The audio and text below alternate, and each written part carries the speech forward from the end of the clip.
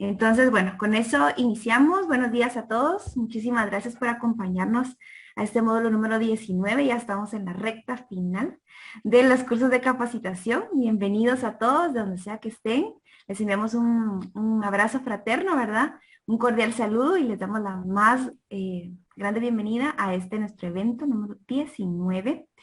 Hoy tenemos una invitada muy especial que ustedes ya la han visto con nosotros en los eventos mensuales, pero esta vez viene a enseñarnos desde otra perspectiva, otro tema. Entonces, recuerden que audio cerrado, por favor, cámara cerrada. En el chat pueden escribir sus preguntas que van a ser expuestas a la doctora al finalizar la conferencia. Todas las conferencias se suben a la plataforma YouTube, así que pueden visitarla también ahí cuantas veces ustedes necesiten. Y pues nuestros canales de comunicación están abiertos a ustedes. Cuando ustedes pues quieran comunicarse con nosotros, saben que tienen libre acceso. Entonces, le dejo el tiempo, Mica, para que te presente a la doctora como debe ser. Bienvenidos a todos nuevamente. Muchas gracias, doctora Doris. Bueno, buenos días para todos. Para mí es un gran placer presentar a una amiga, compañera, compatriota también, que es la doctora Marina Slikovsky. Ella es veterinaria y doctora en Ciencias Veterinarias de la Facultad de Ciencias Veterinarias de la Universidad de Buenos Aires. Es especialista en animales de laboratorio por el CPMR. Es especialista en estadística para ciencias de la salud de la Facultad de Ciencias Exactas y Naturales de la Universidad de Buenos Aires. También es magíster en ciencia y bienestar de animales de laboratorio de la Universidad Autónoma de Barcelona. Es profesor titular del área de bioestadística de la Escuela de Veterinaria de la USAL. Es consultora en el Grupo Consultor de Bioestadística, GCB. Y aquí están todos sus datos. Marina es una grande, es la especialista en todas las preguntas que siempre nos hacemos en el cálculo de muestra, cómo hago el diseño estadístico. Así que muchísimas gracias, Marina, por aceptar esta invitación y aprovechar esta clase. Adelante. Bueno, muchas gracias. Gracias, Micaela, gran amiga y compañera. Muchas gracias, Doris, y gracias, Carlos, por la invitación a participar también en este curso. La idea de la clase de hoy es adentrarnos con un poquito más de detalle en lo que es el diseño experimental y el cálculo del tamaño de la muestra, ahora viéndolo más, si se quiere, desde cómo hacer un correcto diseño, cómo definir apropiadamente el tamaño de la muestra y no visto desde los errores que se cometen habitualmente, como hablábamos el otro día, si estuvieron presentes en estos encuentros mensuales. Como ya dijeron, yo tengo el chat visible, pero vamos a dejar las preguntas para el final, así es más enriquecedor y no tenemos que interrumpir, digamos, pero bueno, cualquier cosa, sobre todo de índole técnica, si no se escucha bien o lo que sea, me lo escriben también, así yo me entero. Muy bien. Recordemos que cuando hablamos de diseño experimental estadístico, nos referimos fundamentalmente a un procedimiento o a una serie de procedimientos y de técnicas que se basan en tres pilares. El primero, y diría que el más importante, es la aleatorización de los tratamientos. Primero, aclaro que cuando yo digo la palabra tratamiento, no me estoy refiriendo exclusivamente a una terapéutica. ¿No? A veces uno tratamiento lo piensa como tratamiento médico. También puede ser un tratamiento así médico, pero me refiero a tratamiento como trato de los sujetos experimentales, condiciones experimentales a los cuales se someten mis unidades experimentales. Cuando digo unidades experimentales, pueden ser animales, pueden ser humanos, bueno, también son animales, pero, o pueden ser objetos, ¿sí? Pueden ser plantas. Entonces, cuando hablamos de aleatorización, nos referimos a cómo se reparten, cómo se asignan estas condiciones experimentales y esos tratamientos a nuestras unidades experimentales. Para lo cual, primero es imprescindible definir correctamente cuáles son las unidades experimentales. Porque en general uno tiene en la cabeza, cuando trabaja con animales de laboratorio, que necesariamente la unidad experimental es el animal, el ratón, o la rata, o el conejo. Y no necesariamente. A veces, si consideramos, por ejemplo, que vamos a administrar el mismo tratamiento, ya sea, no sé, un fármaco en el agua de bebida, por ejemplo, o una modificación de la dieta, en una jaula, todos los animales que viven dentro de esa jaula se convierten en una única unidad experimental. Todos reciben el mismo tratamiento al mismo tiempo, digamos, y son indivisibles entre sí. Por lo tanto, a veces mi unidad experimental es la jaula, acá lo llevo a animales de experimentación de laboratorio y particularmente a roedores, porque es con lo que estoy más familiarizada, pero vale lo mismo para un corral donde hay, no sé, vacas o un recinto de pollos o lo que fuera, que estoy considerando como un conjunto y como una unidad. Pero también, por supuesto, puede ser el animal, un animal, si le aplico un tratamiento que pueda distinguir y diferenciar que solamente recibe ese individuo y no otro, digamos, de la misma jaula, por ejemplo. Pero a veces nuestra unidad experimental puede ser menos que un animal. Por ejemplo, tumores. Si yo tengo un individuo donde se inducen experimentalmente la aparición de tumores, cada tumor puede ser una unidad experimental. En este caso, si está en el mismo animal, no van a ser independientes, pero sí yo puedo comparar el tumor, llamémoslo A, del animal 1 con el tumor B del animal 2, por ejemplo. Podrían ser unidades experimentales separadas, digamos, dependiendo de lo que estamos estudiando.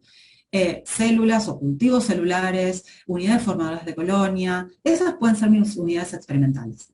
Una vez que definimos correctamente a quién le toca un tratamiento distinto, tenemos que determinar de qué manera repartir o asignar esos tratamientos. Y acá ven la palabra aleatorización, que viene de aleatorio, y que como ustedes bien saben, aleatorio significa al azar. Quiere decir que tenemos que buscar un método que permita repartir aleatoriamente, o sea, al azar, los tratamientos en nuestras unidades experimentales. Lamentablemente, muchas veces, y bueno, por ahí me vuelvo en algunos casos a hablar de los errores frecuentes, lamentablemente, en algunas oportunidades, investigadores, incluso que hace muchos años que trabajan con animales de laboratorio, tienen la sensación de que están trabajando de manera aleatoria cuando dicen, bueno, yo trabajo aleatoriamente porque al primer ratón que tomo le doy el tratamiento 1, el segundo el 2, después al tercero el 1, el cuarto el 2, hago 1 y 1, 1, 2, 1, 2, 1, 2, eso es aleatorio. No, ¿por qué no?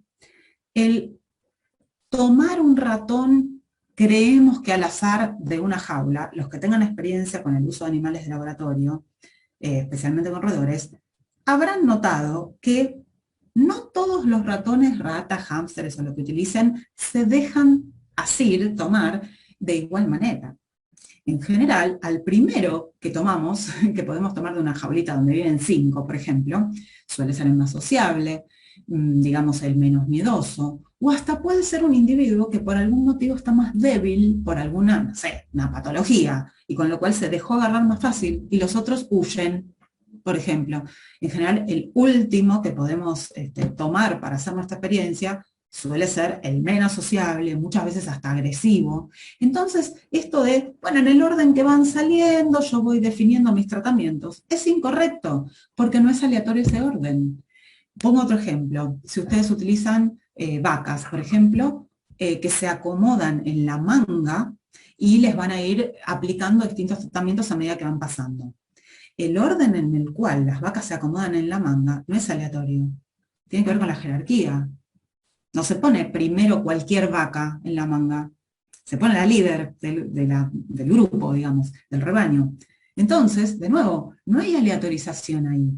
Para hablar realmente de aleatorización tenemos que usar algún método que puede ser lo más fácil, lo más utilizado, digamos, es utilizar el Excel, poner todos los datos, digamos, los números de identificación o códigos de identificación que tienen los animales en una columna, generar una columna de números aleatorios, que como el nombre lo indica, son inventados para cada renglón, digamos, para cada fila, y luego, con esos números aleatorios, puedo, por ejemplo, ordenar de mayor a menor, o de menor a mayor, como les guste, y tomar los primeros 10, los siguientes 10, los terceros 10, no sé, una cosa así, porque ahí están organizados por un motivo absolutamente azaroso que se le ocurrió a Excel, digamos, al algoritmo matemático.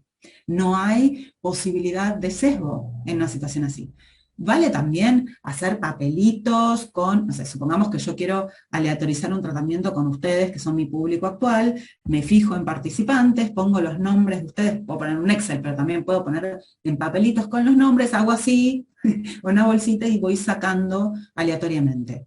Si los papelitos son todos iguales y no tengo manera de diferenciarlos por la textura cuando meto la mano, estoy aleatorizando.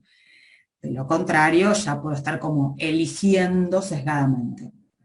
El mayor problema de sesgos, que luego redunda, obviamente, en resultados que no son válidos, digamos, desde el punto de vista estadístico, es hacer una mala aleatorización. Entonces, este es el pilar número 1. El siguiente del diseño experimental estadístico es la replicación o repetición de tratamientos, donde es muy raro que uno vaya a hacer un experimento donde compara 3 fármacos y que cada fármaco se lo aplique solamente a un animal. Es raro que hagamos ese tipo de experimento, porque un solo animal por cada tratamiento también puede producir mucha variabilidad, incluso sesgo. Entonces, generalmente lo que se hace es un grupo de individuos que tengan el fármaco 1, otro grupo de individuos el fármaco 2, otro grupo de individuos el fármaco 3. Por lo tanto, estamos replicando ese tratamiento en varias unidades experimentales. El aumento en el número de réplicas reduce la variabilidad. Entonces, por eso es necesario para la estadística, además de no solamente reduce la variabilidad, sino que me asegura tener alternativas, digamos, por si pierdo alguna unidad experimental. Pierdo, ¿no? De que no la encuentre, bueno, podría ser que no la encuentre, pero sería raro. Pero que se muera, que se enferme, que lo tenga que retirar del estudio, digamos, indicando un punto final humanitario anticipado porque tiene algún problema y falta de bienestar, o por el motivo que sea. Entonces, claro, si tengo un animal para cada tratamiento, si por algún motivo lo tengo que eliminar de mi ensayo, me quedé sin. Entonces, por eso se hacen réplicas. Quienes trabajan con biología molecular, experimentos, digamos, de mesada y no tanto con el animal entero, digamos, o vivo, están muy familiarizados con la replicación, porque en general los tubos de ensayo se hacen, digamos, las réplicas 3 o 5, las placas de cultivo en general se replican también 3 o 5 veces, los wells, o sea, es frecuente que uno esté acostumbrado a utilizar réplicas y a tenerlas en mente cuando trabaja más con experimentos de mesada. Pero por supuesto que trabajando con animales también se necesita. Y el tercer pilar, y más complejo, radica en el control de la variabilidad. Yo sé que cuando digo esta frase, control de la variabilidad, es como un oxímoron. ¿Cómo? Si es variable, está fuera de control, ¿no? La variabilidad, pensamos siempre justamente en la dispersión de los datos, en cuánto se alejan los resultados con respecto al centro, y eso en general está fuera de control, por eso parece rara esta frase. Sin embargo, en general en las pruebas estadísticas, nosotros hacemos una comparación entre fuentes o motivos o causas de variabilidad, donde principalmente comparamos 2 situaciones.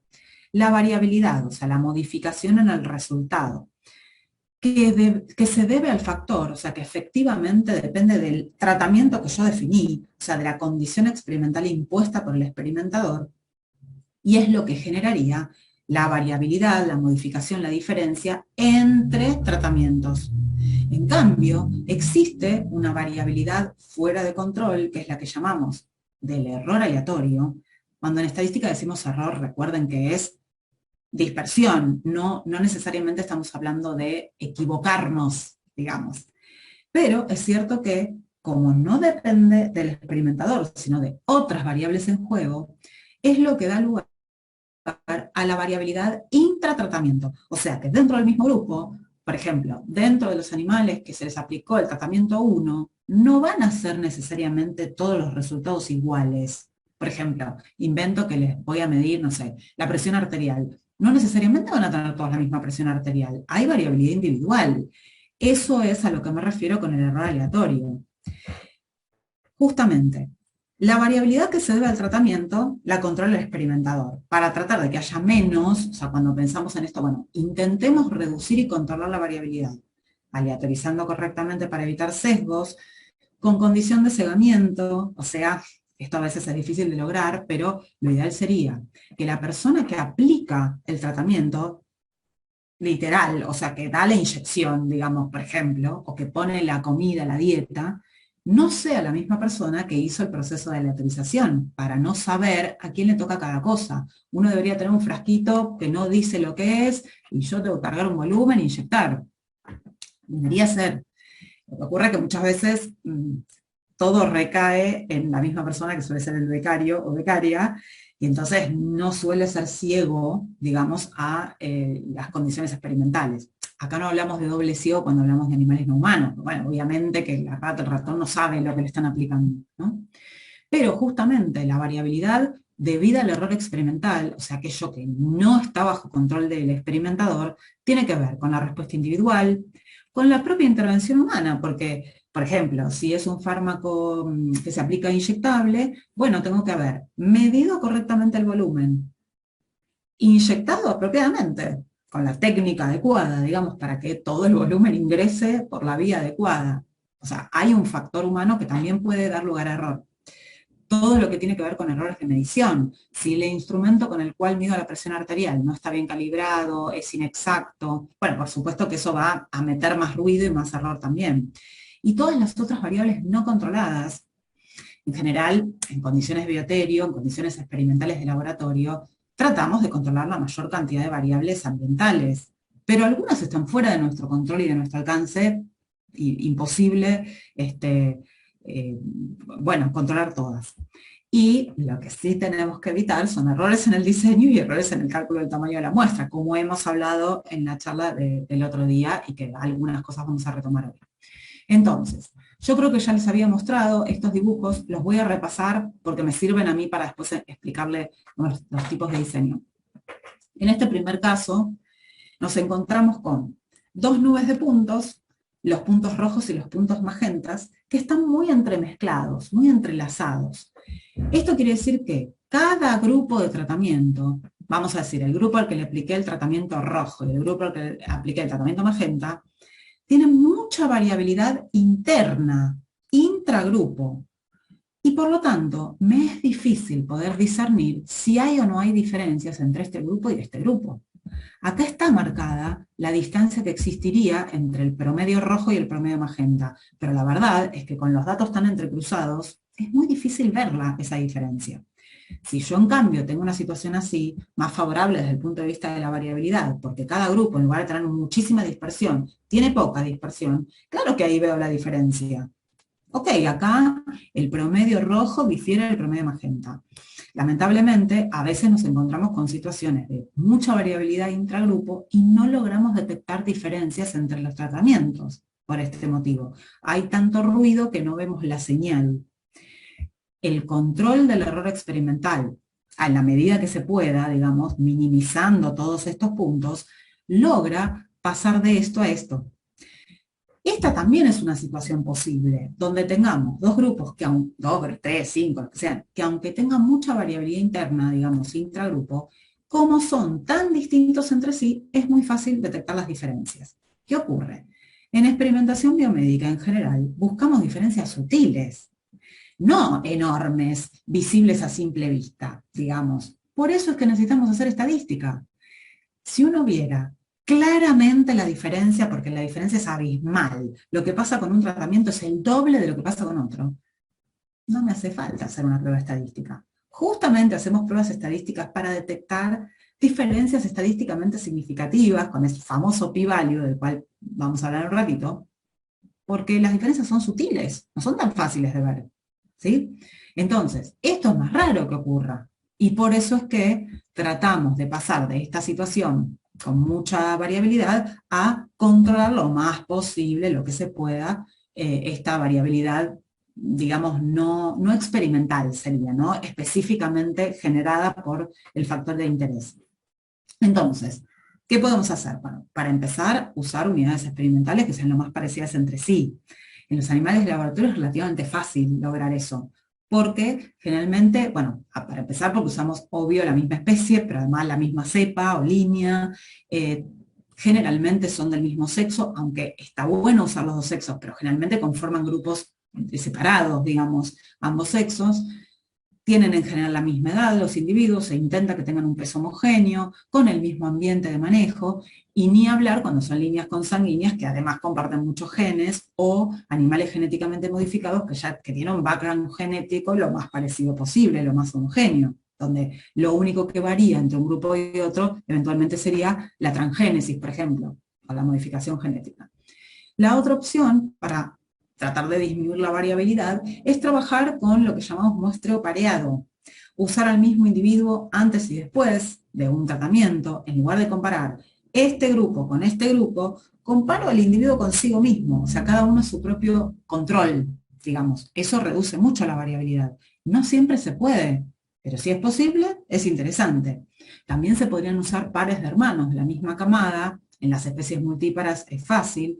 También, si ustedes están trabajando, o sea, con bacterias, si hacen un repique bacteriano de una unidad formadora de colonias y arman, digamos, otra placa de cultivo, bueno, en definitiva, son clones, se dividen por fisión binaria, obviamente pueden tener alguna leve, digamos, diferencia por alguna mutación espontánea en el genoma, pero en líneas generales el genoma es compartido, es el mismo. Y la otra manera, y esto sí atañe directamente al diseño experimental, es hacer un diseño en bloques o en estratos. Así llamamos, bueno, es la sigla, digamos, del diseño en bloques completamente aleatorizados, o puede ser como una complejización del diseño en bloques, usar un diseño en cuadrado latino, cuadrado grecolatino. Hay diversos, no voy a mencionar todos acá, pero sí, digamos, lo más importante, por lo menos para mí, que es el uso de estratos. Ahora lo vamos a charlar. Y obviamente tratar de refinar la técnica, no solo en pos del bienestar del animal, por supuesto, sino también para minimizar los errores de medición. Entonces, cuando hablamos de los tipos de diseño experimental estadístico que podemos utilizar, básicamente podemos clasificar a los diseños en dos grandes categorías, digamos, o con dos criterios. Primero, en función de cuán homogéneo, cuán parecidos son los individuos, o sea, son los sujetos experimentales, el material experimental. Si realmente es muy homogéneo, si son muy parecidos entre sí, con lo cual los individuos son casi indistinguibles, los podría considerar como si fueran el mismo, entonces todos los individuos deberían tener la misma probabilidad de ser incluidos en uno u otro tratamiento. Ahí usamos entonces un diseño completamente aleatorizado. Básicamente es un sorteo. Tomo, por ejemplo, los nombres de todos ustedes, los pongo en papelitos, como dije antes, y saco, no sé, 10 que los voy a poner para este grupo, 10 para este grupo. Eso es un diseño completamente aleatorizado. Pero en cambio, si yo detecto que hay algún, vamos a decir así, posible factor que introduzca variación. Digo posible porque tal vez no estamos seguros de si efectivamente tiene mucha influencia o no sobre mi variable respuesta. Pero, por ejemplo, el sexo, si son varones o mujeres, ustedes, digamos, podría tener influencia en aquello que yo quiero evaluarles. Entonces, por las dudas, voy a hacer dos bloques o dos estratos. Varones por un lado, mujeres por el otro. Y en cada grupo, en cada estrato, en cada subgrupo o bloque, voy a aleatorizar mis tratamientos, mis 3 fármacos, no sé, ¿sí? En cada estrato. Puede ser que al final de la prueba estadística descubra que no hacía falta hacer esa estratificación. Bueno, no hay problema. El problema estaría al revés. Si yo pensé en hacer un diseño completamente aleatorizado sin prestar atención a la posible existencia de algún factor que produzca algún, digamos, motivo de heterogeneidad, al final del estudio, cuando estoy haciendo el análisis estadístico, ya no puedo detectar válidamente si hay diferencias, por ejemplo, entre varones y mujeres. Puedo hacer la comparación, no es válida. Es decir, el programa de estadística la va a hacer, porque el programa de estadística, el software, digo, no sabe estadística, solamente sabe hacer cuentas, pero no sabe cómo fue el diseño. Entonces, cuidado con eso, porque no es estadísticamente ni científicamente válido. Entonces, si detecto que hay como subgrupos que parecen heterogéneos entre sí, donde, claro, dentro de cada subgrupo los individuos sí que son bien parecidos entre ellos, son homogéneos.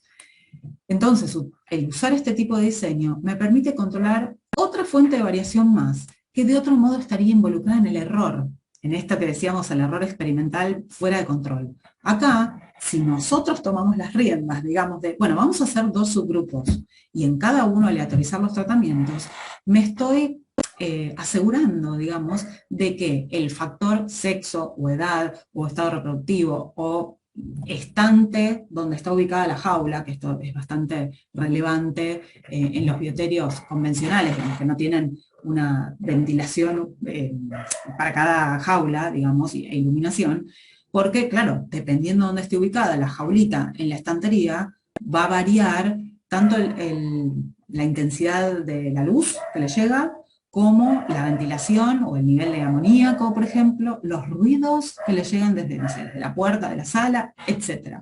Entonces, es interesante el armado de estratos en función de la ubicación de la jaula, por ejemplo. Y esto, al poder controlar otra fuente de variación, si puedo reducir la variabilidad, no me hace falta tomar tantos individuos. Habíamos dicho que para reducir la variabilidad, una estrategia es tener una muestra más grande. Pero si la puedo reducir por otros medios, gano, digamos, en reducción, el principio de reducción. Y el otro criterio de clasificación es si en ese diseño, si en ese ensayo, voy a trabajar o voy a querer estudiar la influencia de un único factor, unifactorial, y por lo tanto después lo voy a estudiar a nivel estadístico con probablemente un análisis de varianza a una vía, ¿no? El One Way ANOVA, o multifactorial, o sea, varios factores al mismo tiempo, en forma simultánea, con lo cual voy a tener que estudiar luego en lo que es la prueba estadística, digamos, tal vez un two-way ANOVA, ¿sí? Cuando estudiamos varios factores en los mismos individuos y al mismo tiempo, ahí también disminuimos la cantidad de individuos, porque al mismo tiempo estoy trabajando dos o más factores. Por ejemplo, si yo hago un diseño multifactorial, y que después lo voy a analizar, por ejemplo, con un ANOVA a dos vías, por ejemplo, quiero estudiar las diferencias si existieran de, no sé, 3 fármacos, 2, en este ejemplo hay 2 fármacos, pero en ambos sexos. Yo podría hacer 2 experimentos por separado. Un experimento con 20 machos, de los cuales a 10 les aplico el fármaco y a los otros 10 el placebo, o lo que use como control, y otro experimento con 20 hembras con la misma idea. El problema es que si hago 2 experimentos separados, no necesariamente son comparables esos resultados. Tengo que evaluar si se pueden comparar o no, ¿sí? Según sus características basales. En cambio, si yo hiciera un experimento único en el mismo momento, mismas condiciones experimentales, utilizando 10 animales a los que les voy a aplicar la droga, de los cuales 5 van a ser machos y 5 hembras, y en el mismo experimento, 10 con el placebo, 5 machos, 5 hembras, acá no solo voy a comparar droga versus placebo, sino que también voy a comparar machos versus hembras, e inclusive puedo estudiar la existencia de interacción. La interacción me refiero a la interrelación que existe, digamos, en la influencia sobre la variable respuesta de ambas variables intervinientes o de ambos factores intervinientes. En este ejemplo, sexo con tratamiento, donde puede haber sinergia, puede haber antagonismo, no necesariamente hay una aditividad lineal entre los factores que se estudian. Entonces, como dije, puedo comparar drogas, por un lado, y también puedo comparar los sexos y evaluar el efecto per se principal, se llama, también de los sexos. Bien, teniendo esto en cuenta y en claro, pasemos a hablar un poquito sobre el cálculo del tamaño de la muestra. No sabemos exactamente cuántos animales se usan en el mundo para experimentación biomédica, porque lamentablemente no todos los países, y sobre todo los latinoamericanos, tienen censos, ni siquiera me atrevería a decir de cuántos bioterios existen, no solo cuántos animales tienen adentro. Entonces, bueno, no sabemos, pero sabemos que son muchos, ¿sí? Y por supuesto nosotros, desde el punto de vista del bienestar y de la ciencia de los animales de laboratorio, bregamos por tratar de reemplazarlos, o por lo menos por tratar de reducirlos, la cantidad de animales. Y sin embargo, siempre que nos escuchan a los que trabajamos en bioestadística, solemos decir, bueno, hay que tratar de tener una muestra lo más grande posible para lograr resultados válidos, para encontrar diferencias significativas cuando las hay. Pareciera como que se está contraponiendo la estadística con el bienestar animal. No es la idea, pero es verdad que hay como un delicado equilibrio en la balanza que tenemos que estudiarlo muy bien, porque buscamos un tamaño de muestra grande para poder detectar diferencias, pero a su vez necesitamos que haya menos individuos para que sea ético y para que sea aprobado por el comité de ética, como se llama en cada país. En Argentina se lo llama SICUAL o SICUAE. ¿Sí? Bien, entonces, recuerden que cuando hacemos un cálculo del tamaño óptimo de la muestra, digamos, de cuál es el mínimo de individuos que tendría que tomar para poder detectar diferencias si las hubiera, hay varios aspectos o varios componentes de la fórmula matemática que voy a tener que utilizar para hacer este cálculo. Cuando digo fórmula matemática, Lo pueden hacer a mano con la fórmula, por supuesto, están todos los libros. En general usamos software estadísticos donde ingresamos datos de estos elementos que les voy a comentar ahora y ponemos calcular y nos da el tamaño mínimo de la muestra a tomar, o de cada grupo en realidad, las repeticiones en cada grupo. Entonces, tengo que definir y poner en mi fórmula, de alguna manera, el nivel de significación deseado. Generalmente se usa 5%, es un consenso, no es obligatorio, puedo usar 1%, puedo usar 10%, u otro, digamos, pero digamos que el consenso utiliza un 5% de significación, de probabilidad de cometer el error de tipo 1. Por otro lado, tenemos que definir y, entre comillas, decirle al programita de estadística que nos va a calcular el n, el tamaño de muestra, ¿con qué potencia quiero trabajar? La potencia es la capacidad que tiene la prueba estadística de detección de diferencias significativas. Cuando existen esas diferencias, hay pruebas más potentes, que es como decir que detectan fácilmente con pocos individuos o, digamos, sin necesidad de refinar las variables en estudio, y otras pruebas que les cuesta más. Las pruebas no paramétricas, la estadística no paramétrica, generalmente tienen menos potencia que las pruebas paramétricas. El otro punto clave, recontra, hiper, súper importante, es definir lo que llamamos la diferencia mínima significativa, o la magnitud de efecto, o el margen de error. ¿De qué otras maneras lo podemos llamar? Bueno, diferencia de medias, acá está D de diferencia, o delta mu, que en definitiva es, ¿cuánta diferencia necesito que exista entre el promedio? Voy a usar estas nubes de puntos que hablé antes, ¿no?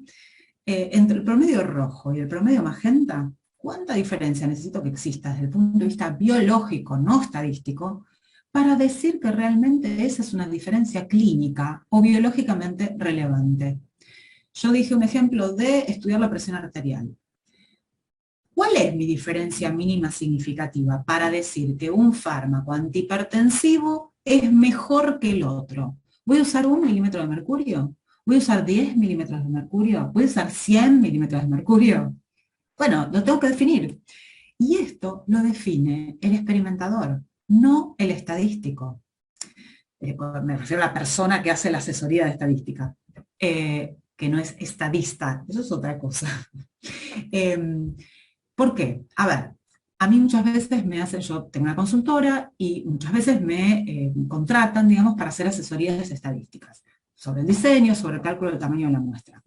Si este dato no me lo brindan, bueno, yo puedo ayudar en el asesoramiento buscando bibliografía, digamos, en forma conjunta, pero no tengo ninguna manera matemática de definir cuál es la magnitud de efecto que sea importante clínicamente. Eso lo saben los que trabajan con esas variables. Si yo no estoy familiarizada, y ni hablar, en mi caso, que yo, digamos, hago asesoramiento en bioestadística, bueno, en general trabajo con médicos, bioquímicos, veterinarios, biólogos. En general trabajamos con variables que por lo menos a mí me suenan, me es fácil entender de qué se tratan.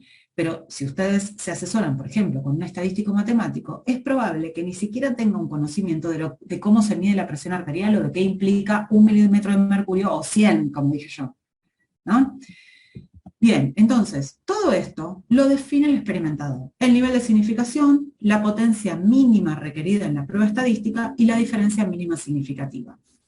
Lo que lamentablemente no define el experimentador, y es como decimos acá en Argentina la figurita difícil, lo difícil de conocer y que es necesario para la fórmula de cálculo del tamaño de muestra es la variabilidad de mis datos. Uno diría, claro, si yo estoy calculando ¿cuántos individuos tendría que tomar? Todavía no tengo la muestra. ¿Cómo voy a saber qué variabilidad tiene? Si no la tengo, ¿qué mido? Bueno, generalmente utilizamos información proveniente de investigaciones previas, de bibliografía, de pruebas de validación, referencias bibliográficas, trabajos que se hicieron en el mismo laboratorio o con poblaciones semejantes, o de lo contrario, si no tengo ningún dato, porque realmente lo que estoy estudiando es novedoso, digamos, absolutamente original, y no hay información previa, ni siquiera se semejante. A veces uno puede trabajar, bueno, probablemente no haya pruebas hechas con un fármaco, con el mismo fármaco nuevo, si lo estoy poniendo a prueba por primera vez, pero puede ser que utilice el tamaño de muestra que típica, perdón, el tamaño de muestra, la variabilidad que típicamente se encuentra con otros antihipertensivos, por ejemplo, para aplicarlo a mi fórmula y calcular el tamaño de muestra óptimo. Pero si no, voy a tener que tomar una pequeña muestra piloto y ahí calcular y estimar la variabilidad.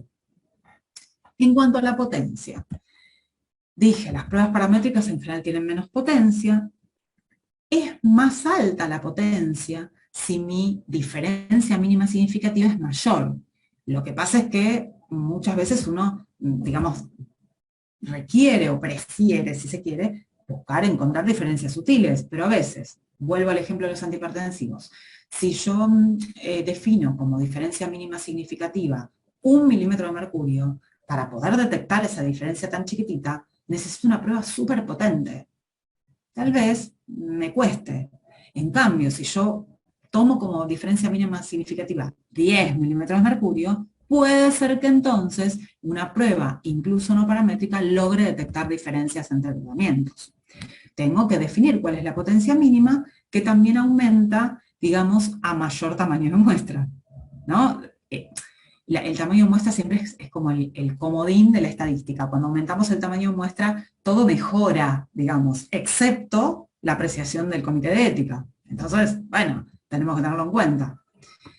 Para esta diferencia mínima significativa, como les decía, es la distancia que existe entre los promedios, entre el promedio rojo y el magenta, como decíamos con estas nubecitas, ¿sí? Puede ser más grande, puede ser más pequeña, y dependiendo de eso, entonces, diferencias mayores requieren menos tamaño de muestra, diferencias menores requieren más, porque para poder ver, detectar estas diferencias cuando son chiquititas, y necesito muchos individuos que sean muy representativos de la población general. Entonces, básicamente, recuerdo como la definición, sería a partir de qué valor numérico, a partir de qué magnitud, considero que hay diferencias que son relevantes desde el punto de vista clínico. Entonces, tener en cuenta o definirla para poder saber cuándo los considero significativamente diferentes a mis grupos o a mis tratamientos. La palabra significativo es como un sinónimo de real, verdadero. Diferencias superfluas, digamos, no me dicen que haya una diferencia real o verdadera. Con respecto a la variabilidad, como dije, si no la conozco, la estimo con una prueba piloto. Teniendo en cuenta que si yo voy a estudiar varias variables respuesta, no sé, la presión arterial, el peso, la frecuencia cardíaca, no sé, y alguna otra, entonces voy a tener que tomar en esta muestra piloto digamos, el peor escenario, la variabilidad más grande de aquella variable que tiene más dispersión. Esa es la que tomo para poner en la fórmula de cálculo del tamaño de la muestra. Puede pasar que con esta muestra piloto, si yo calculo qué diferencia mínima significativa tengo con esta variabilidad, o sea, con estos datos, sea la adecuada. Ah, bueno, con esto me sirve, entonces no hace falta tomar otra muestra. Ya está, uso la muestra piloto. Y si no, si tengo que, en general lo que ocurre es que con la muestra piloto suele pasar que tiene un margen de error demasiado grande, porque son poquitos individuos. Entonces tendré que reducir, digamos, para reducir, mejor dicho, esa magnitud de efecto, ese margen de error, tendré que aumentar el tamaño de la muestra. O sea, tendré que hacer el cálculo de cuántos individuos toman. Otras herramientas o estrategias que me permitirían disminuir la variabilidad. Si yo tengo individuos más homogéneos, bueno, seguro van a tener menos variabilidad. Si detecto que hay subgrupos, perdón, van a hacer ruido externo. Espero que no molesten, voy a hacer así. Si detecto que hay subgrupos, estratos, como dije antes, los estantes, donde está ubicada la jaulita, entonces uso un diseño en bloques para disminuir la variabilidad. También importantísimo evaluar si hay valores atípicos, outliers. Si encuentro valores atípicos que realmente pueda justificar que no se deben al tratamiento, sino al azar, este individuo es raro. No es que mi tratamiento produce ese efecto, digamos, sino que este individuo responde de una manera idiosincrática, entonces puedo evaluar, eliminarlo de mi análisis estadístico, porque si no, por supuesto, que va a generar muchísima variabilidad, perdón, cuando aparezcan valores atípicos muy alejados de los valores centrales, digamos. Y a veces puedo necesitar reevaluar cómo estoy midiendo mis variables. Esto es lo que se llama operacionalizar, es una palabra muy difícil de pronunciar, mis variables. ¿Qué tipo de variable es? ¿Cómo la estoy midiendo? ¿Con qué instrumento de medición? Porque así también es probable que logre reducir un poco la variabilidad. Ya se fue el camioncito, porque hacía ruido en mi ventana. Bien, con respecto al cálculo del tamaño de muestra y al diseño experimental, tenemos software que nos ayudan, o sea, paquetes estadísticos, programas, en este caso para lo que es diseño experimental, muy interesante y gratuito en la página, en el sitio de NC3Rs, está en inglés, pero no creo que presente eso mayor dificultad. Y después tenemos diversos software para el cálculo del tamaño de la muestra. El que les guste más, yo puse estos solamente porque son gratuitos, de descarga gratuita. Este tiene una versión estudiantil, que es gratuito, y se puede usar perfectamente. Son bastante sencillos, bastante amables, aunque por ahí la interfase no es estéticamente muy hermosa, tal vez, digamos.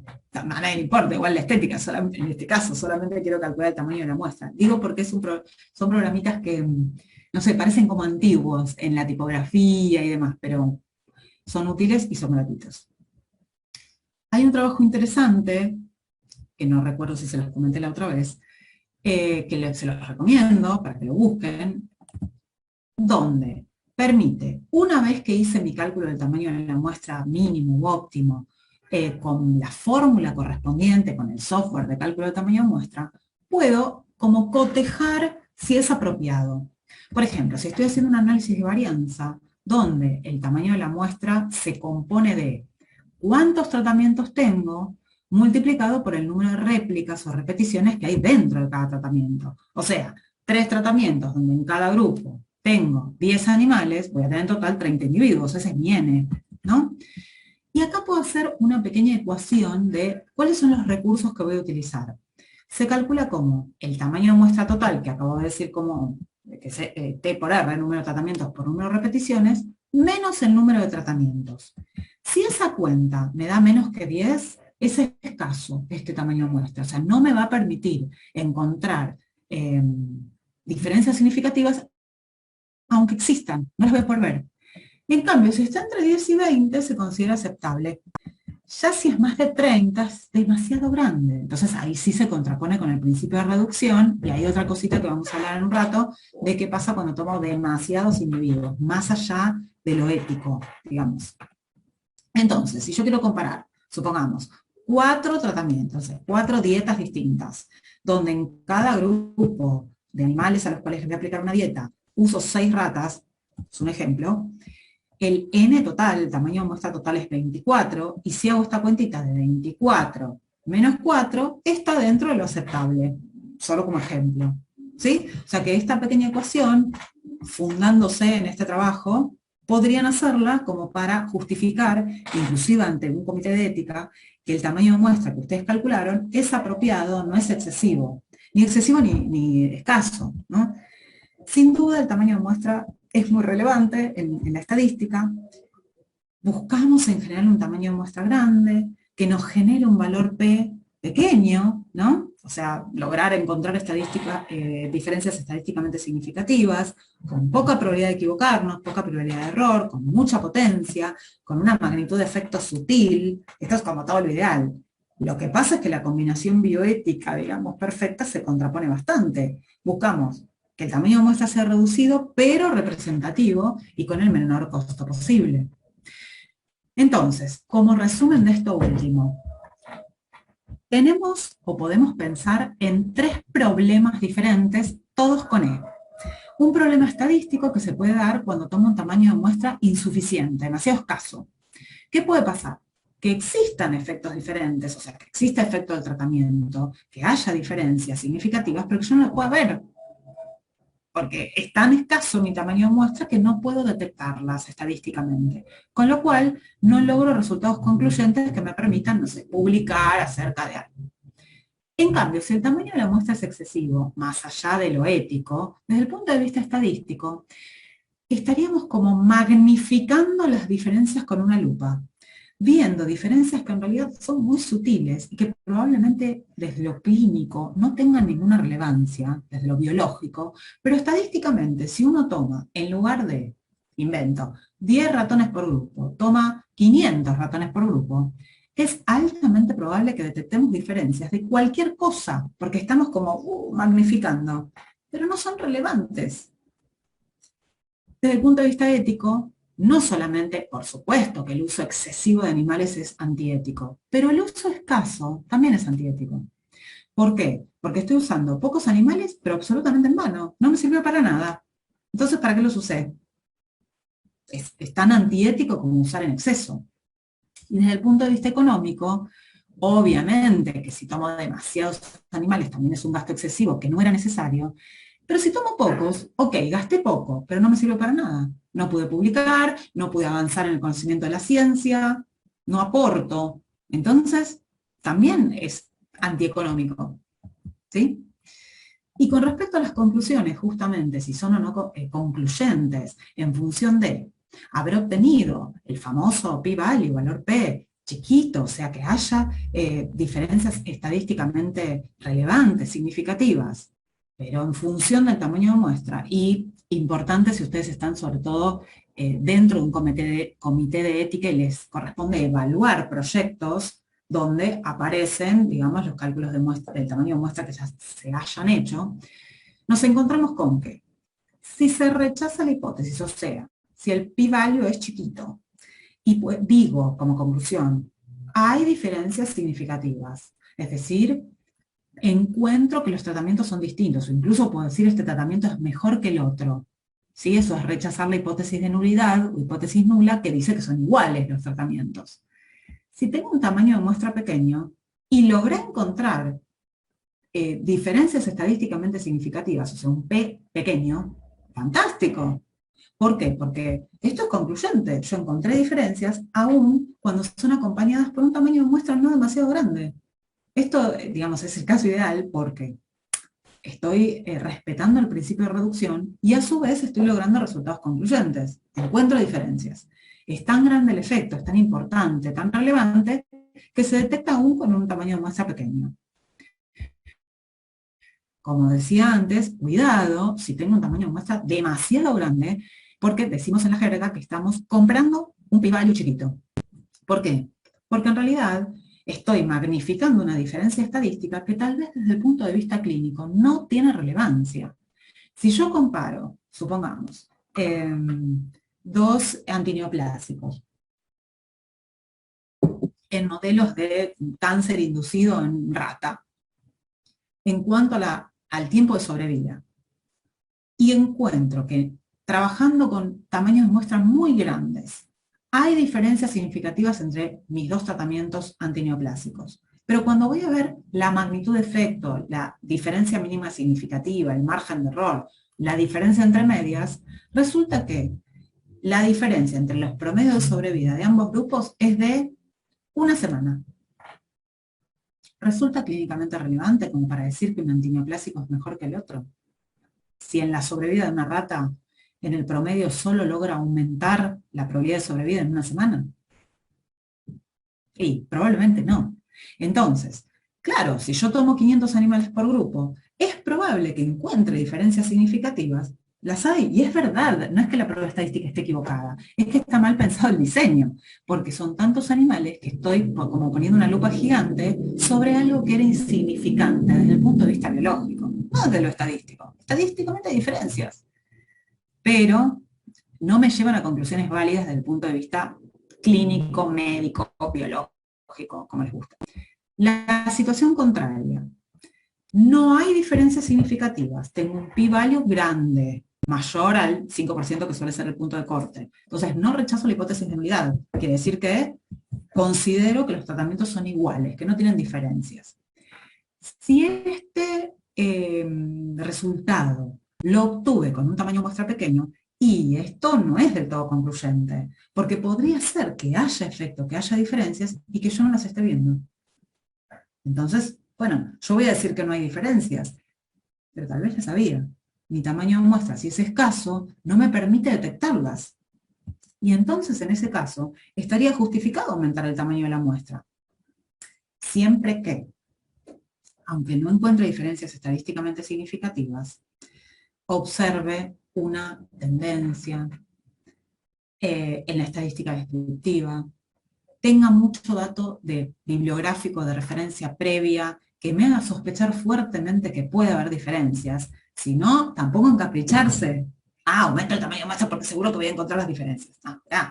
Ahora, si veo esa tendencia, dicho sea de paso, y creo que se los dije, la charla de errores en las publicaciones, estas tendencias las podemos charlar coloquialmente entre colegas. Me parece que este grupo da mayor, da menor, pero no se pueden publicar con una conclusión si no están acompañadas de una estadística que respalde. Pero sí me permiten, y esto es típico de verlo en las conclusiones de un trabajo científico publicado, de un paper, dado que observamos una cierta tendencia de que pareciera que el grupo 2 tiene mayores valores que el grupo 1, entonces creemos necesario repetir nuestros experimentos, aumentar el tamaño de la muestra. Bueno, ahí puede estar justificado. Si no se ve ninguna tendencia, tampoco tiene sentido buscar en vano, digamos. En cambio, si no encuentro diferencias, pero mi tamaño de muestra es muy grande, o lo suficientemente grande, lo calculé con mi software, digamos, o mi fórmula, y era el mínimo indispensable, o sea, está correcto, no estoy en una situación de escasez, digamos. Entonces, es concluyente. Bueno, si este efecto existiera, digamos, evidentemente es despreciable, porque no lo logro ver, no lo logro detectar, ni siquiera con un tamaño de muestra grande. Entonces debe ser que no hay efecto, por lo menos no para lo que uno estaba queriendo evaluar, queriendo evaluar, ¿sí? Bien, dicho esto, importante, y sí creo que se los comenté la otra vez, que cuando con un tamaño de muestra lo suficientemente grande, no encontramos, mejor dicho, diferencias significativas, igual esto lo tenemos que reportar, lo tenemos que decir, lo tenemos que escribir, ya sea en una publicación científica o yo sé que los resultados, entre comillas, negativos, porque no es que son negativos, no hubo diferencia significativa, pero eso es tan resultado como que sí lo hubiera, en realidad. Pero es como que queda mal. A muchos investigadores les parece feo publicar, no encontramos diferencias. ¿Por qué es tan importante reportar y publicar que no se encontraron diferencias? Primera situación, para que nadie en otro grupo de investigación repita un experimento que ya sabemos, porque lo acabamos de evaluar, que no da diferencia. Si tengo un tamaño de muestra lo suficientemente grande y no detecto diferencias, debo decirlo para que otro no incurra en replicar, en intentar repetir ese mismo experimento, porque no va a encontrar las diferencias tampoco. ¿Sí? Entonces, por eso es importante reportarlo. Ahora está viendo estas revistas que solamente se dedican a los resultados, entre comillas, negativos. Pero aunque no sea una publicación científica en una revista, un paper, en un congreso, ¿no? Un pequeño reporte, una carta al comité editorial, que se entere el mundo científico que trabaja sobre ese tema, que este experimento no da. ¿Sí? Bien. Y ahora sí, con esto termino y les agradezco muchísimo, espero que haya sido de utilidad y las convido, por si, bueno, tienen interés en profundizar un poquito más, piensen que acá les di apenas algunos títulos de algunas cosas que, bueno, me parecían las más importantes y las más relevantes, pero si quisieran interiorizarse un poco más, sobre todo, no solo en el diseño experimental, sino también en la interpretación estadística de las principales pruebas, que la verdad que no me entraban en una pequeña clase dentro de este curso como hoy, porque bueno, son muchas y hay mucho para decir, los convido a si quieren participar en este curso virtual, que es a demanda. Así que lo pueden hacer en sus propios tiempos. Quiero decir que no es que tiene una fecha de inicio y de finalización, sino que ustedes definen cuándo. Y bueno, tienen mis datos de contacto por si necesitan. Y creo que habíamos dicho de hacer un pequeño cortecito ahora, ¿no? Un corte, un intervalo biológico y reencontrarnos para ver las preguntas. ¿Cierto? Sí, gracias Marina. Sí, súper, súper. Hacemos un cortecito de 5 minutos y aprovechen a pensar las preguntas que tienen para Marina. Hay una sola por el momento. 5 minutos y volvemos. ¿Les parece? Perfecto, o sea, 12, que es con animales o humanos, no sé. Nuevamente, digamos, si sabemos que no va a dar resultado. Pero bueno, no sé si hubo un caso así particular que hayan rechazado por ese motivo. No me parece que las revistas de renombre rechacen solo con la base de que no haya dado diferencia, no tendría sentido. Yo lo justificaría con esta cuestión. Claro, sí. Volvemos a las preguntas iniciales. Diego pregunta si existe algún criterio para excluir los outliers o cómo podemos establecer estos criterios de exclusión. Bien. La mayoría de los software de estadística tienen una prueba de detección de outliers. También se puede usar como un criterio más gráfico, si se quiere, que es el gráfico de caja y bigotes, que yo había puesto en la diapositiva, porque en general en ese tipo de gráficos, box plot, si lo conoces en inglés, box and whiskers, muestra con un símbolo que dependiendo del programa es un asterisco, un puntito, un circulito, muestra valores atípicos y valores atípicos extremos, digamos. Una vez que se detectó la existencia de outliers, lo primero que hay que hacer es ir a mirar en los datos originales. ¿Qué quiero decir con esto? Voy a inventar algo ridículo, ¿no? Pero supongamos que estás hablando del peso de ratones, invento cualquier cosa, y de repente observas que, que el promedio está medio alto, raro, y que además tenés un outlier muy lejano. Si vos vas a mirar tus datos originales y descubrís que en lugar de haber puesto, supongamos, voy a inventar una cosa exagerada, 33 gramos pusiste 333, porque tocaste de más un 3, o de menos, pusiste una sola vez 3 y te quedó un ratón de 3 gramos. Entonces, claro, te es un outlier abajo, digamos. La mayoría de los outliers son por errores de data entry o algo pasó en los datos. Entonces, lo primero es ir a mirar los datos crudos, porque además estas pruebas de identificación de outliers te dicen cuál es el dato. El dato 95 está raro, entonces vas a buscar quién es ese animal. Sí, supongo que a ustedes harán algo parecido a lo que yo estaba acostumbrada a hacer cuando hacía los experimentos, por ejemplo, de mi doctorado. Cuando yo veía alguna cosa rara, una condición extraña ese día que estaba haciendo un experimento con ese animal, hacía una anotación en mi libretita, del tipo, justo hubo un ruido. Yo trabajando en la Facultad de Ciencias Veterinarias, que tiene un campus muy grande con césped, están cortando el césped con la máquina. Entonces, claro, yo hice mi doctorado en neurociencias con pruebas de comportamiento. Imagínense que los ruidos externos, por más que yo tenía mi cuarto de conducta lo más aislado posible, igual las ratas lo escuchaban. Entonces, digo, voy a buscar a mi libretita, aunque esté el papel arrugado, ¿qué pasó con ese individuo? Primer punto. Sí, encontrás un par de outliers, pero están en distintos grupos experimentales, es mucho más dable a justificar su eliminación para el análisis. Si en cambio tengo 3 valores que los considero atípicos, pero todos en el mismo grupo experimental, ahí no voy a poder justificar la eliminación. ¿Por qué? Porque entonces no parece ser aleatorio.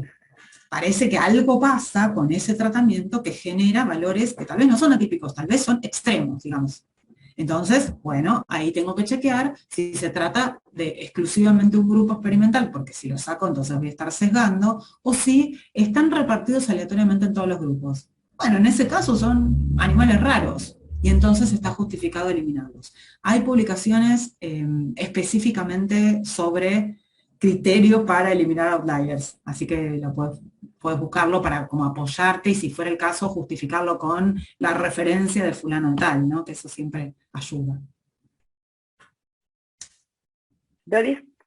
Sí, tengo una pregunta que dice, en el desarrollo de la investigación a veces se observan efectos no esperados que no son objeto de estudio y cambian el rumbo de la investigación. ¿Es correcto usar los datos obtenidos en una investigación para realizar otra? Por supuesto. O sea, diría que así funciona la ciencia.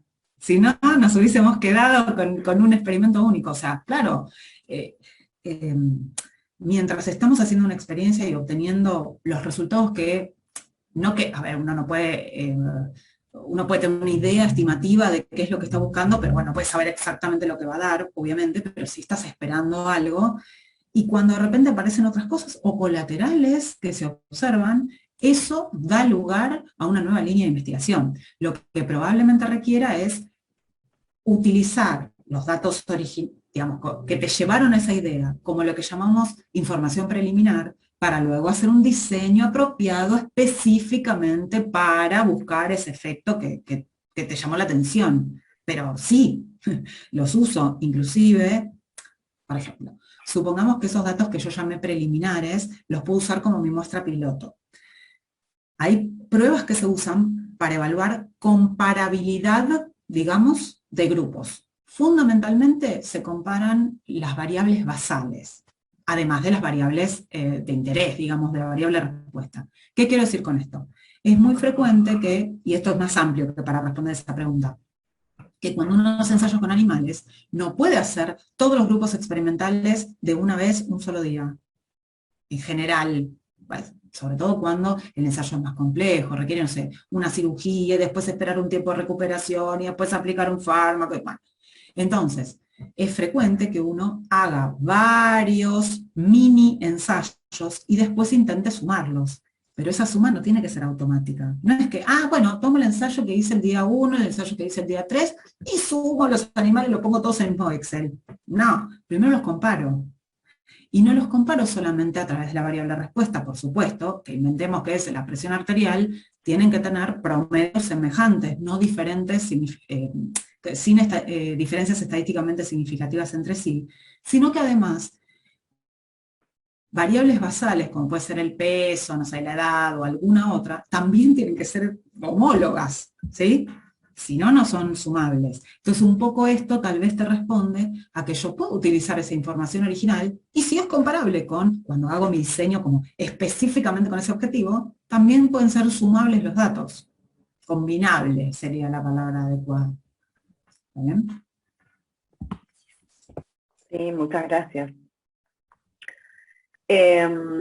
Preguntan si es correcto que el SICUAL revise y comente sobre el fundamento de la selección del tamaño de la muestra y el diseño siempre que se enfoque desde el punto de vista del uso apropiado de los animales, sin que se considere intromisión en aspectos científicos, que tiene que ver con el mérito, ¿no? Exacto.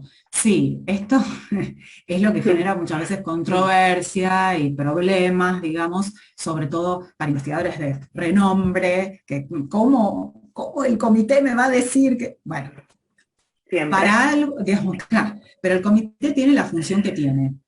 Y su función es justamente relevar, digamos, y monitorear de alguna manera si se está utilizando un criterio adecuado de cálculo del tamaño de la muestra, un criterio adecuado en el diseño experimental, en pos de la reducción, en pos del bienestar de los animales. Entonces, es perfectamente posible y esperable, y para eso está, que el comité pueda hacer una sugerencia, una observación, o sea, bueno, en algunos casos puede directamente rechazarlo, digamos, y no permitir que siga adelante, pero generalmente se trata de, con amabilidad, sugerir que, dado que el tamaño muestra que se definió resulta excesivo y que, para lo cual en el comité tiene que haber expertos en bioestadística, para poder hacer los mismos cálculos, digamos, y poder decir, no, mirá, acá, si usara, voy a inventar, ¿no? Pero si usas esta prueba estadística en lugar de esta, que es compatible y que tiene mayor potencia, podrías usar menos individuos, por ejemplo.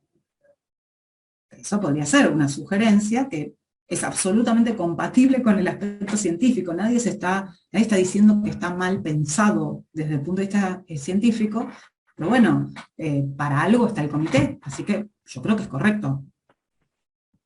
Además, si no, tendría que aprobar todo. ¿No? Así, Sí. sin, claro. Sí, eso es una gran falla de los comités a nivel mundial, creo yo, la falta de un bioestadístico como Marina que tenga experiencia en el uso de animales, porque también están los bioestadistas que no tienen experiencia en el uso de animales y en reactivos biológicos. Entonces ahí tenemos un debe. Son muy requeridos ustedes, Marina, muy. Bueno, también un poco por esto de que somos bastante requeridos, también convido a la audiencia, digamos, a quienes les interesa el tema de la estadística, no solo hacer cursos, sino, bueno, hay carreras de especialidad, porque también es un campo de acción, es un campo profesional que les puede brindar alternativas de trabajo. Sobre todo, como dice Micaela, específicamente hablando del uso de animales de laboratorio, porque digamos, los estadísticos de formación matemática pura y dura trabajan mentalmente, por decirlo de alguna manera, con tamaños de muestra enormes, con lo que se llama el Big Data, que es otro mundo, que no nos damos idea. Yo no tengo demasiada idea. Trabajo en la cátedra en la Universidad de El Salvador con un biólogo que es ecólogo, y entonces las variables que él usa para evaluar sistemas biológicos mucho más amplios, si se quiere, y complejos que el animal, digamos, tiene una cantidad de datos, en bases de datos, que, claro, los que trabajamos con animales, por suerte, porque es más manejable, más fácil y más fácil de imaginárselo, trabajamos con menos cantidad de variables, claro, y por lo tanto con menos animales también, o menos N. Sí. Ok, gracias. La siguiente dice, ¿cuál sería el tip que tú pudieras recomendar para que aceptaran una publicación que no diferencia entre tratamiento versus placebo? Ya lo dije. Ah, ya está. Ya habíamos leído. Perdón. No pasa nada. Perdón. Me la salté yo. Perdón. Ay, perdón. Ahorita voy a dar la otra. ¿Podrías explicar más a fondo cuándo sería un estudio piloto? Bueno, acá... ¿Cuántos animales por grupo? Sí. ¿Cuántos animales por grupo en el grupo piloto? Bueno, acá varias cosas. Primero, a veces hay países donde hay legislaciones respecto del uso de animales de laboratorio que no permiten fácilmente el uso de grupos piloto. Así que eso hay que revisarlo. ¿Por qué? Porque no deja de ser como un grupo extra. Sin embargo, como dije antes, en la mayoría de los casos, si estuvo bien hecha, digamos, el protocolo experimental, esos animales de grupo piloto son utilizables como grupo real, digamos, que uno lo esté usando en un momento determinado para calcular la variabilidad, porque para eso se usa, se estima la variabilidad de la población que no era conocida y con esa variabilidad se calcula cuántos individuos se deberían tomar. Entonces, imaginemos que tomé una muestra de 10 individuos en mi muestra piloto y cuando hago el cálculo del tamaño de muestra resulta que debería haber tomado 15, si son comparables, puedo utilizar 5 más, no 15 más. ¿Sí? Y usar el propio grupo piloto, obviamente tengo que haber utilizado las mismas condiciones experimentales y que sean comparables. Pero si esto se da, ese grupo piloto termina siendo el verdadero, por así decirlo, el utilizador de verdad real. ¿Cuántos individuos en el grupo piloto? Bueno, depende un poco de qué sabemos de esa población. Hay también, yo les puse en la diapositiva de los distintos software de cálculo de tamaño de la muestra, uno que se llama P-Face, que tiene el simbolito como de una vaca, la carita de una vaca con la letra griega pi. Ese programita, por ejemplo, permite calcular tamaño de muestra piloto también. Obviamente tengo que tener algunos datos, si no conozco nada, es al azar, digo, tengo que pensar, bueno, ¿qué tengo? ¿Qué tengo disponible? Y usamos lo que hay. Eso también es real, que a veces tengo que usar, bueno, lo que tengo para empezar. Y después de ahí avanzo para adelante. Pero no es que hay un número único que yo te pueda decir es siempre 10 o es no hay un número único. 10, ojalá. 12 no. Sí, no. Sí, muchas gracias. preguntan, cuando no existe diferencia significativa entre dos tratamientos, pero, sin embargo, en los resultados sí se puede ver, ¿qué se puede hacer ahí con los datos? Bueno, un poco yo decía esto de cuando ustedes observan una tendencia, si bien no se concluye en un paper acerca de una tendencia, se la puede mencionar, pero no como acá hay un efecto, porque no lo estamos respaldando con una prueba estadística, pero si, justamente como decía antes, esa tendencia se observa, es justificable aumentar el tamaño de la muestra. Esto no significa al doble, necesariamente, ¿no? En general no requiere un aumento tan grande. Y sobre todo, mirando cuál es el p-valor que se obtuvo. No es lo mismo si se obtuvo un p-value, supongamos, de 0,67, es enorme, que si obtuvimos un p-value, supongamos, de 0,15, 0,10, 0,6, 0,06, perdón. Es decir, mucho más cercano, como más border, digamos, con respecto al punto de corte que suele ser 0,05, 5%. Entonces, si está muy distante, la verdad no parece ser justificado, es decir, si el valor P es muy grande y no tengo un tamaño de muestra escaso, digamos, hice un cálculo de tamaño de muestra adecuado, y sin embargo no encontré diferencias, aunque observo cierta tendencia, pero el p-valor es muy grande, ahí no se justificaría aumentar el tamaño de muestra para ver si por, digamos, tener más representatividad observo o no la diferencia. Pero si el p-valor es más cercano al 5%, ahí sí puede valer la pena. Y está justificado plenamente porque justamente lo que nosotros deseamos es que si hay diferencias las tenemos que encontrar, no quedarnos al margen, digamos. Así que en ese caso, aumentar o repetir el experimento o aumentar el tamaño de muestra con un pequeño grupo y ver si se puede sumar, puede ser útil y puede estar justificado como para terminar de detectar esas diferencias si las hubiera. Sería un poco la idea. Gracias. Voy con otra pregunta. Dicen, ¿es válido mezclar datos de diferentes protocolos para hacer nuevas conclusiones? De diferentes protocolos, a priori diría que no. Si en cambio son, como dije antes, dos momentos en que se hizo el mismo experimento con el mismo protocolo, primero chequeo si son comparables y luego, si lo son, entonces combino los datos. Ya si son protocolos experimentales distintos y partimos de la base de que tenemos condiciones diferentes, no los veo comparables a priori. Además tengo que estar estudiando las mismas variables, ¿no? Sí, debe ser como orientado a utilizar datos que ya fueron publicados y yo estoy en lo mismo, entonces necesito datos. Yo creo que va por ahí la pregunta.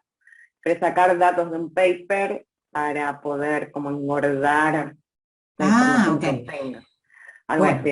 Sí, si es eso, si no son datos propios, o sea, que en el mismo laboratorio, el mismo instituto, que se hicieron para el mismo protocolo, por más que uno se supone que siguió al pie de la letra la metodología, lo que dice en la parte de materiales y métodos, siempre está el ingrediente secreto de la abuela, ¿no? En la receta de cocina, que hace la diferencia. Entonces, tomar datos de otro y tratar de sumarlos a los datos propios, bueno, no podemos saber si son compatibles, por un lado. Por otro lado, de un paper es muy difícil obtener los datos crudos, que los necesitaría para poder sumar a mi grupo de animales, por ejemplo. Ahora, distinto es una colaboración. Bueno, si yo tengo contacto directo con el investigador y podemos relevar que las condiciones experimentales sean realmente homólogas, nuevamente, comparo digamos, ambos grupos para ver si son o no sumables. Pero en general, desde un paper, yo solamente tengo los resultados, ¿cómo se dice? Ya analizados, digamos. A lo sumo tengo medidas de resumen, pero no tengo los datos crudos para poder hacer los análisis estadísticos. Bueno, eso sería, si venía por ahí, Mica. Sí, yo creo que por ahí. Porque en general lo que pasa es que los iguales a veces también tenemos que evaluar si la investigación ya fue hecha, pero no se trata de agarrar datos de otro paper y replicarlos, porque sabemos que todos los bioterios son diferentes. Sí, sí. nosotros somos diferentes, entonces es como hay Sí. una cosa entre la reducción y que no se puede, lo que contabas, ¿no? Y una de las últimas, que es un caso, A ver. nos cuentan que en una investigación se estableció análisis de química clínica al inicio y al final de la investigación, supongo que en los animales, pero en el primer ensayo, o sea, al inicio, se perdieron 2 muestras debido a que hubo fallas técnicas del equipo que luego se subsanaron. Al final se volvieron a evaluar todos los animales y se pudieron evaluar estos 2 animales que al inicio no obtuvieron los datos. ¿Cómo se justificaría la ausencia de estos 2 datos al inicio del protocolo?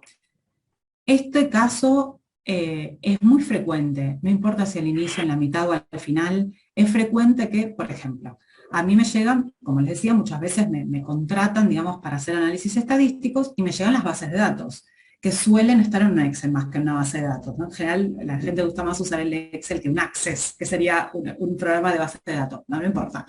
Y muchas veces en el cuadradito donde debería haber un número dice una palabra, una frase, algo así como no se pudo evaluar, se perdió el dato, se rompió, se movió o se murió. No sé, algo, una frase.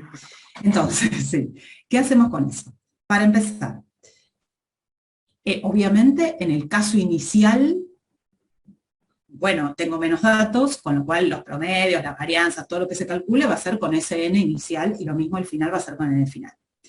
Como son los mismos individuos, en general asumo que están haciendo una estadística pareada donde van a comparar inicial con final. Esos 2 individuos no tienen punto de comparación inicial. Entonces, en rigor de verdad deberían ser eliminados del análisis para hacer el antes y el después, digamos. Sin embargo, en algunos casos, cuando hay datos faltantes en muestras grandes de individuos que son muy homogéneos, muy parejos, supongamos que yo estoy, voy a inventar, pero que estoy queriendo evaluar el peso inicial y el peso final, más que un valor, bueno, que ahí dice químico, pero no sé qué se estaba midiendo y en qué unidades, por eso digo peso que me es más familiar. Supongamos que hubo 2 ratones que se me movieron, se me escaparon de la balanza, ese día se cortó la luz, no pude usar mi balanza, no sé, un invento, no pude, en esos 2 animales. Si son lo suficientemente homogéneos, se utiliza una técnica que se llama de imputación de valores, para valores faltantes, pero cuando me faltan 2 de 40, no cuando me faltan 20 de 40, ¿sí? Esa imputación utiliza el siguiente criterio. O bien, si son todos los individuos homogéneos, se le imputa, es decir, se le asigna a esos individuos a los cuales me faltaba el peso, el promedio de peso de todo el resto del grupo, o si encuentro subgrupos, por edad, por, qué sé yo, sexo, lo que fuera, se le asigna el promedio de su subgrupo. ¿Sí? Entonces, se podría subsanar, se puede justificar la imputación de datos, hay que avisarlo. O sea, se dice, no se oculta. ¿Sí? Pero en algunos casos, el problema del missing data es un problema. Cuando es así, 2 en muchos, bueno, incluso muy probablemente no te altere demasiado el resultado final, aun cuando no los consideres en el análisis. Pero, bueno, si por algún motivo los tenemos que sí o sí incluir, esa es una alternativa válida. Siempre que sean homogéneos, si no, le estoy poniendo un dato que no corresponde para nada. Así hacemos. Gracias. Bien, hay muchas una gracias. última que dice, ¿podría mencionar los requisitos mínimos que los datos deben tener para poder compararse entre grupos? No, o sea, se refieren a la normalidad y la homogeneidad. Ah, ok, sí, los supuestos teóricos, las condiciones mínimas. Muy bien. En realidad, yo puedo comparar grupos que no sigan una distribución normal también, solo que lo hago con estadística no paramétrica. Para poder usar estadística paramétrica tipo una ANOVA, por ejemplo, entonces tienen que ser grupos independientes. Es decir, los animales no pueden tener ninguna relación, por ejemplo, de parentesco entre ellos, porque si no pueden no ser independientes. Si tienen una genética, por supuesto son homogéneos, son de apareos consanguíneos, pero que no sea que a un hermanito le di un tratamiento y a otro, porque eso no es del todo independiente. Que tienen características basales, no solo genéticas, sino también de ambiente materno, que pueden hacer que no respondan independientemente uno del otro. Por un lado. Entonces tienen que ser independientes. Tienen que seguir una distribución normal para poder hacer una prueba paramétrica, ¿no? Por ejemplo, un análisis de varianza. Y tienen que ser homogéneas sus varianzas, así como escribieron en el chat. ¿Qué significa esto? Ambos grupos tienen que tener una dispersión similar.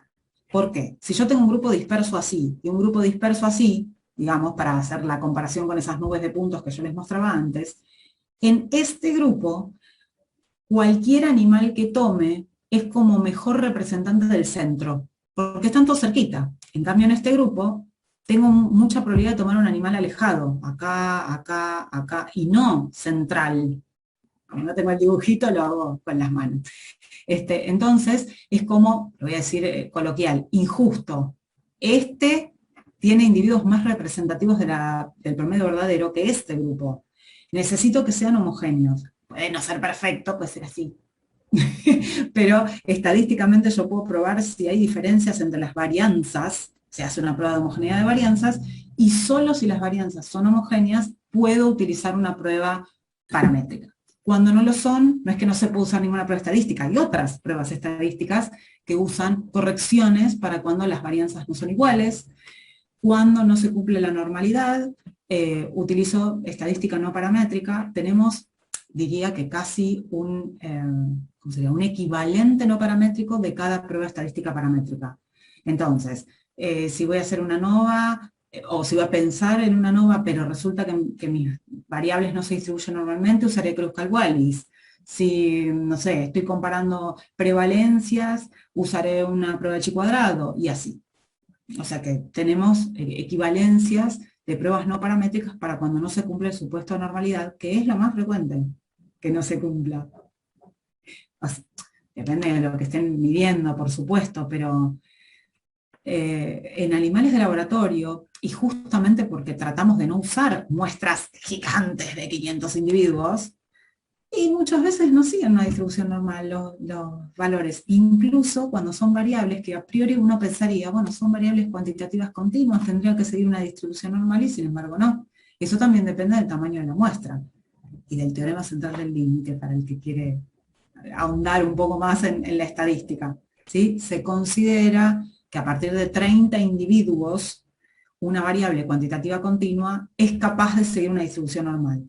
Pero cuando son menos, aun cuando estamos usando una variable cuantitativa continua como el peso, la concentración de colesterol o lo que se esté midiendo, cabe que no siga una distribución normal. Hay que probarlo, hay pruebas estadísticas, las más famosas son Shapiro-Wilks o Kolmogorov-Smirnov. A mí me gusta porque es como la Guerra Fría de las pruebas, los rusos versus los yanquis, sí.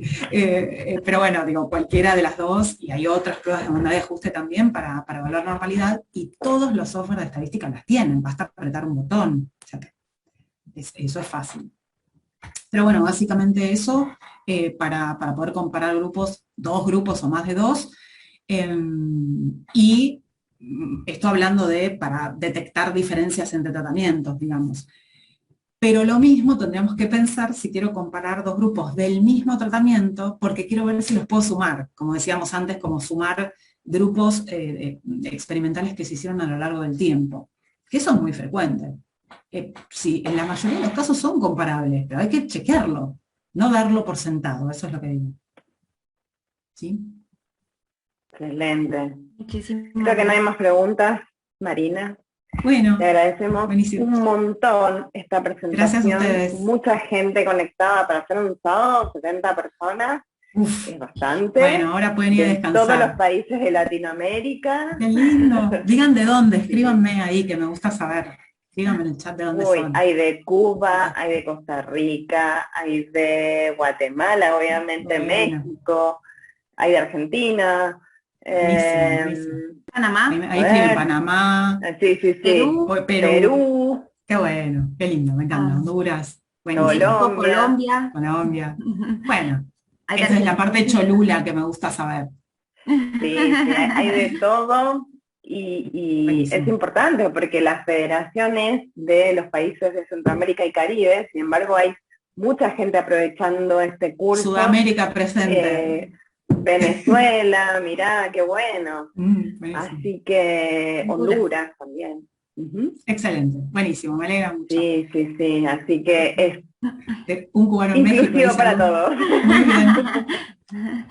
Buenísimo. Muchísimas gracias Marina por la presentación, de verdad es de que solo buenos comentarios, entre todas las preguntas vas a encontrar un montón de comentarios excelentes de la presentación. Creo que todos aprendimos un poquito más cada día, ahora estamos aprendiendo más y capacitándonos. Muchísimas gracias por compartir con nosotros y dedicarnos tu tiempo el día de hoy. Gracias. Entonces, muchísimas gracias a todos por acompañarnos también y por estar con nosotros aquí pendientes y poner atención y pues participar.